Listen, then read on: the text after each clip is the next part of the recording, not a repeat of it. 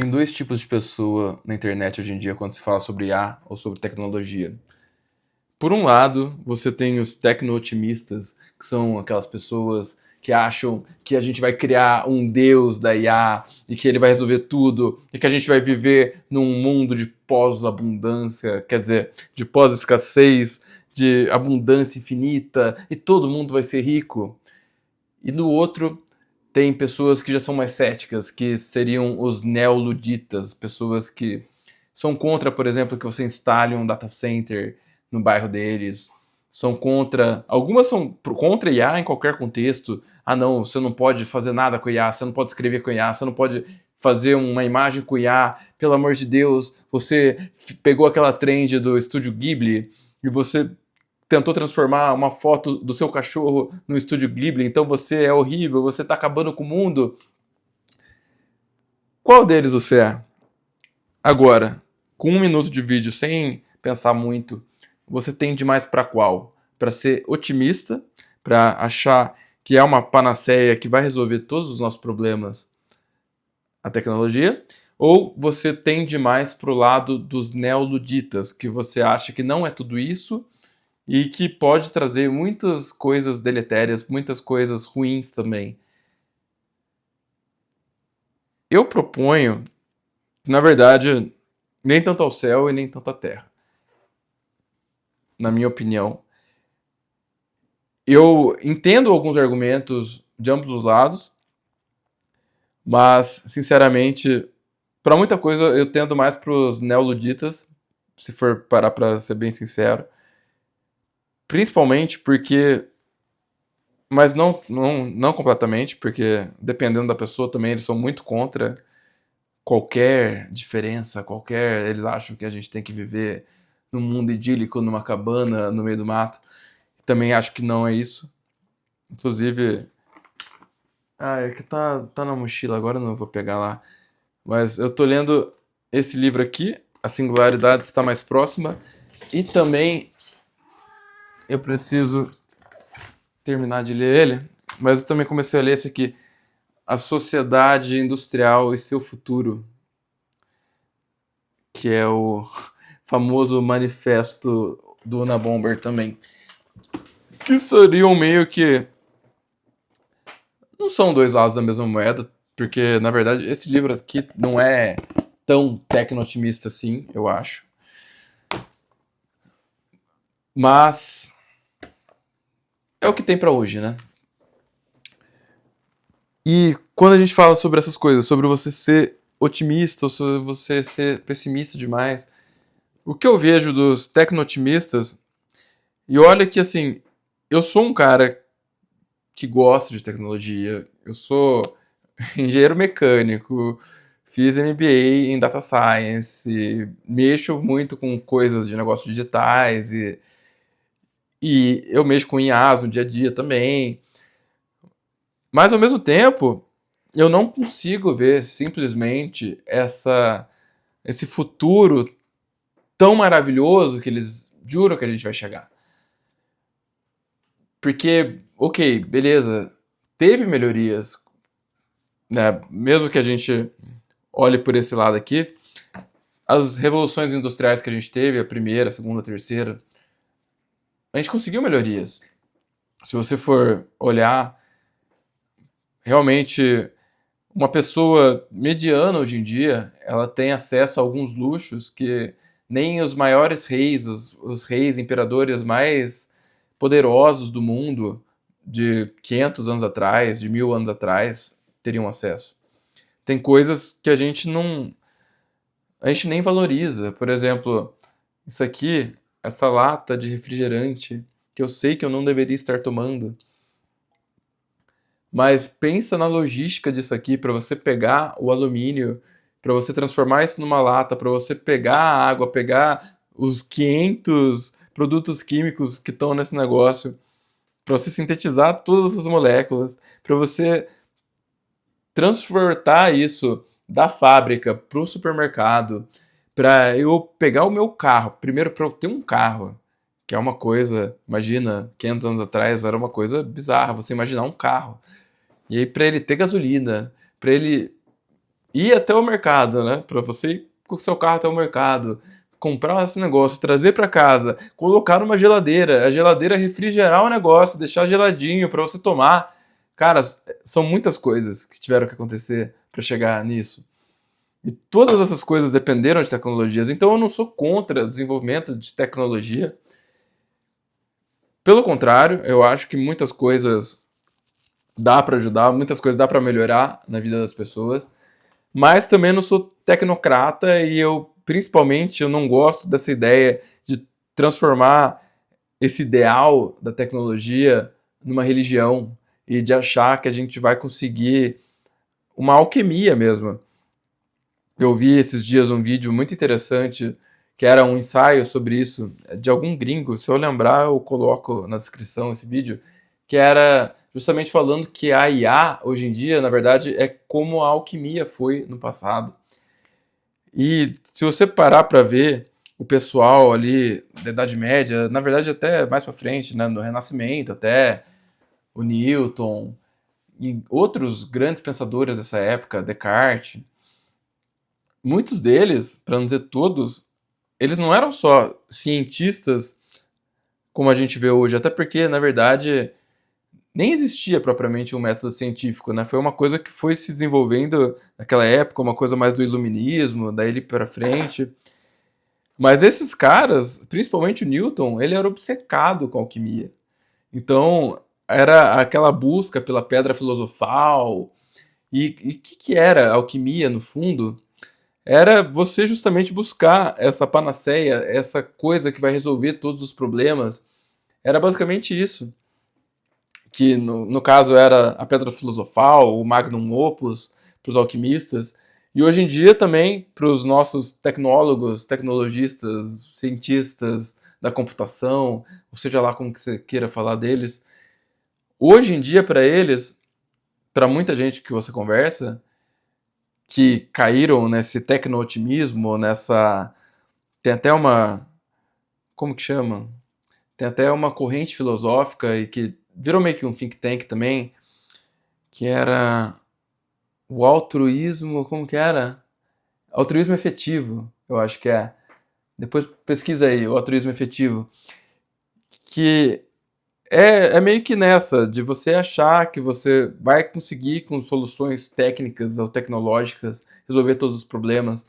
E aí você acaba achando que você vai conseguir construir, por exemplo, robôs autorreplicáveis e que eles vão fazer todo o trabalho e eles vão construir os próprios robôs e fazer a manutenção dos próprios robôs e que basicamente você não vai precisar que os seres humanos trabalhem para nada e que isso nos levaria para uma utopia que é curiosamente engraçado, né, que a gente ia chegar na utopia comunista socialista através de uma coisa muito tecnocientífica capitalista, pelo menos na cabeça deles.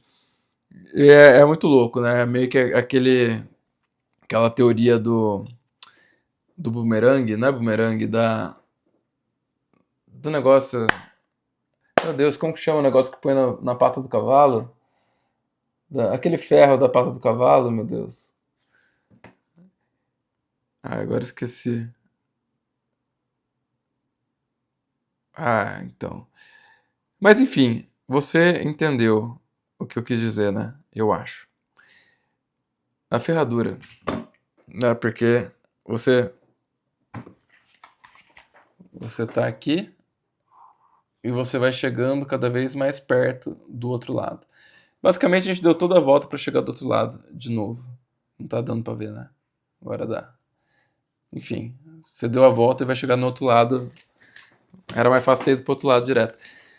Enfim, os tecno-otimistas acham isso, que a gente vai conseguir ter essa panaceia, vai criar esse Deus sintético, que a gente vai se juntar com as máquinas, que vamos colocar implantes no nosso cérebro, por exemplo, para conseguir nos comunicar direto com a internet, com toda a computação, e a gente está desenvolvendo uma computação cada vez melhor, com mais chips e com chips cada vez melhores, e agora com a IA, isso realmente está acontecendo, a gente consegue transformar algo que durava, sei lá, 2 anos para você fazer um novo chip, agora você está de reduzindo isso para 9 meses, para 6 meses, e teoricamente você poderia reduzir cada vez menos para um ciclo cada vez melhor, e você construir chips cada vez melhores, mais rápido. E eu não nego que dá para você fazer isso. Mas, ao mesmo tempo, eles falam que aí você vai ter tudo de graça ou num custo marginal, que na prática vai ser como se fosse de graça. E aí que tá o ponto. Você acaba entrando em limites físicos das coisas. Porque, beleza, mesmo que fosse realidade, mesmo.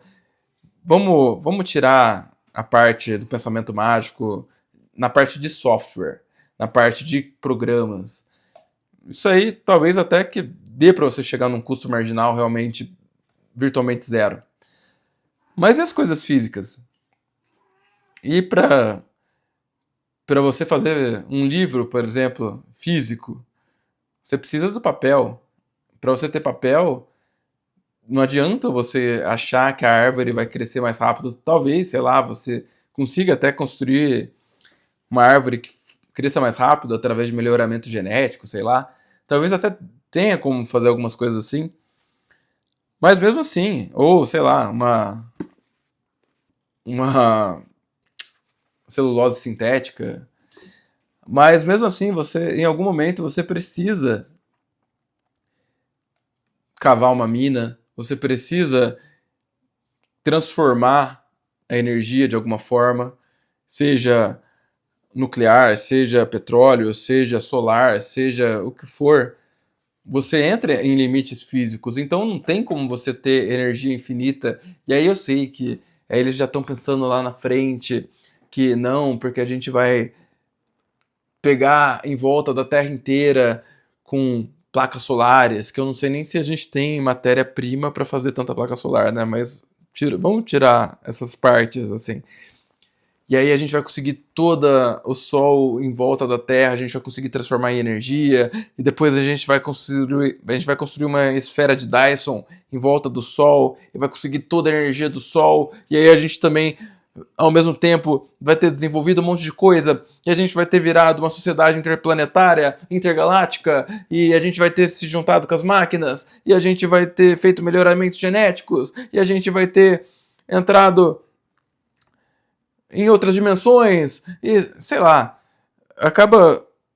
São vários saltos lógicos que, na verdade, eles esperam que a gente vai ter que desenvolver esse Deus máquina primeiro, para ele vai resolver pra gente, né? Vai ser o nosso papai do céu, só que virtual, que vai resolver pra gente. Basicamente é isso. E é por isso que eu não gosto muito desse tipo de pensamento. Porque, embora eu acredite sim que dê para fazer muita coisa útil, que dê para melhorar muita coisa usando as máquinas, usando algoritmos novos, com certeza tem muita coisa que a gente pode otimizar, tem muita coisa que a gente pode. Não precisa ser uma pessoa para fazer. E lógico também, se você tirar pessoas demais, rápido demais dos empregos, não tem como você não entrar numa grande crise econômica e não só econômica, né? Porque mesmo que você conseguisse chegar nesse mundo que eles falam, nesse mundo que ninguém teoricamente precisaria trabalhar, e entra em coisas políticas de como que você ia realmente fazer essa redistribuição de renda e por que que os donos dos meios de produção e das máquinas e os donos das minas e os donos das coisas, por que que eles iam deixar, né? Por que que eles iam redistribuir isso se não fosse através de uma luta de que justamente entra a parte dos neoluditas também. Por que que eles iam deixar isso acontecer? Eu não sei também, só porque eles são benevolentes. Não sei, eu não sei se é uma coisa por ser brasileiro também, a gente fica mais cético com essas coisas, pode ser. Realmente eu gostaria de acreditar que essas coisas fossem acontecer, mas é difícil. Mas mesmo que acontecesse, e digamos que magicamente agora, porque a gente está nessa pós-abundância, pós-escassez, agora todo mundo ganhasse do governo, ou sei lá, de quem, o equivalente a, sei lá, 10 mil reais, o que seria 10 mil reais hoje. E que você não precisaria se preocupar com casa, porque todo mundo teria uma casa, você não precisaria se preocupar com, sei lá, com comida. Eu não vejo como isso poderia acontecer, porque demanda muito pensamento mágico para chegar até lá, para começo de conversa. Mas mesmo que isso acontecesse, você começaria a ter disputas por outras coisas, que não seriam necessariamente. Tá, você consegue. Na verdade, hoje em dia a gente já teoricamente conseguiria, né? Ter calorias suficientes para todas as pessoas. As pessoas não precisam passar fome.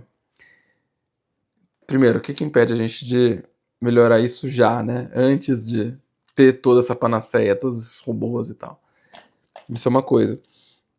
E depois que, na prática, você acaba não resolvendo tudo.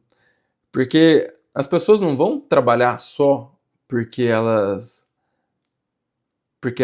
precisam do dinheiro. Claro que é muito importante e principalmente quanto menos você ganha, mais importante é o dinheiro, mas tem muita gente que já está nessa pós-escassez, já nem precisaria trabalhar, mas acaba trabalhando, sabe? Porque o trabalho, muitas vezes, é uma coisa social, uma coisa que você vê gente, é uma coisa que vai além da mera questão financeira. Tanto que você vê muitos velhos que se aposentam e ou a pessoa morre pouco depois, porque ela não sabe, ela não consegue ficar em casa, ou a pessoa ela arranja outra coisa para fazer, ela vai fazer um trabalho voluntário, ela arruma um emprego, mesmo que ela não precise, mesmo que ela tenha uma aposentadoria. Eu sei que hoje em dia é cada vez mais difícil que a pessoa tenha uma aposentadoria, que ela realmente consiga se manter, mas mesmo nos casos que isso acontece, muitas vezes a pessoa acaba arrumando outra coisa para fazer, porque senão ela fica maluca, porque ninguém aguenta ficar em casa. E, sei lá, eu tenho meu ceticismo de achar, será que as pessoas realmente, não, agora eu vou atrás de fazer pão, eu vou atrás de fazer cerâmica e vou dar por satisfeito com a minha vida seguindo esse sonho. Não sei, eu tenho minhas dúvidas se isso realmente funcionaria, uma renda básica universal e eu tenho minhas dúvidas.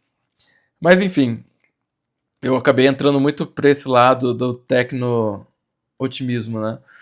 E não tanto pro lado dos neoluditas.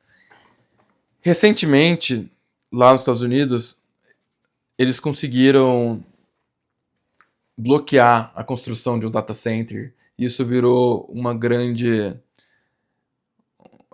Estavam fazendo muito caso disso na internet. Só que aí, o pessoal tecno-otimista tava falando: não, esses caras são contra o futuro, esses caras não tinham nem que ter direito a voto, porque que absurdo, como é que eles podem estar contra o progresso e coisas assim. Só que o que eles não falam é que em muitos lugares que construíram data centers, inclusive nesse próprio lugar que já tem um monte de data center, na verdade, a energia subiu, mas não subiu pouco, subiu assim de dobrar, triplicar. A água às vezes sobe também, porque em muitos casos eles fazem data centers que gastam muita água. E na verdade tem data centers mais modernos que custam mais caro para fazer, que você reaproveita boa parte da água, ou você tem um circuito ali que é muito mais eficiente. E eu sou a favor que todos fossem assim, para falar a verdade. Mas acontece que não todos, e eles aproveitam para fazer os data centers justamente em lugares que as prefeituras não se importam tanto, ou que eles, sabe, qualquer impostozinho tá valendo, então eles acochambram em qualquer legislação ambiental. Foda-se que você tá pegando água de aquífero para jogar no negócio para esfriar. Então, assim, em alguns lugares fazem isso e, cara, isso é um absurdo. Mas, claro, nos lugares que você consegue ter uma legislação um pouco melhor e consegue que pelo menos eles não desperdicem muita água, e principalmente água do chão, né? Não, se ainda é água de rio ainda, pelo menos você não está tirando uma água de aquífero que demorou ali centenas de anos para encher. Então é um pouco menos extrativo. Mas não só isso, mas você também tem um ruído de ultrassom. Tem um barulho também, mas também tem um ruído de ultrassom que as pessoas sentem, mas elas não conseguem ouvir e que tem alguns efeitos deletérios para a saúde também. Então, o pessoal estava metendo pau nas pessoas que conseguiram bloquear esse data center por isso. Sendo que, cara, ninguém quer morar perto de um data center. Assim como ninguém quer morar perto de certas fábricas ou de uma usina nuclear, mesmo que, assim, não é que seja perigoso, mas sabe, tem algumas coisas, às vezes, de. Dependendo da usina, não no caso da nuclear, mas uma usina termoelétrica, por exemplo, tem muita poluição. Muita poluição e chega até ter mais radiação do que a própria usina nuclear em volta da termoelétrica. Que é bem louco de pensar, né? Então ninguém quer morar perto de um lugar desse. Claro, a gente quer que afaste ao máximo da sociedade, que façam no meio do nada, né? Para tentar diminuir um pouco esses efeitos que são ruins para a saúde, que são ruins para o ambiente. Mas, então, nesse caso particular, eu acho que eles tinham bastante mérito até de não querer que fizesse mais um data center na região que eles moram. Em alguns casos, eu acho que as pessoas são também muito contra só por ser contra uma nova tecnologia. E eu acho que muitas coisas, claro que fica difícil de defender, porque os donos, né, dessas empresas, eles ficam falando sobre uma ótica que é muito fácil de você ser contra, sobre uma ótica de que, não, vamos acabar com todos os empregos mesmo, todo esse pessoal de colarinho branco vai perder emprego.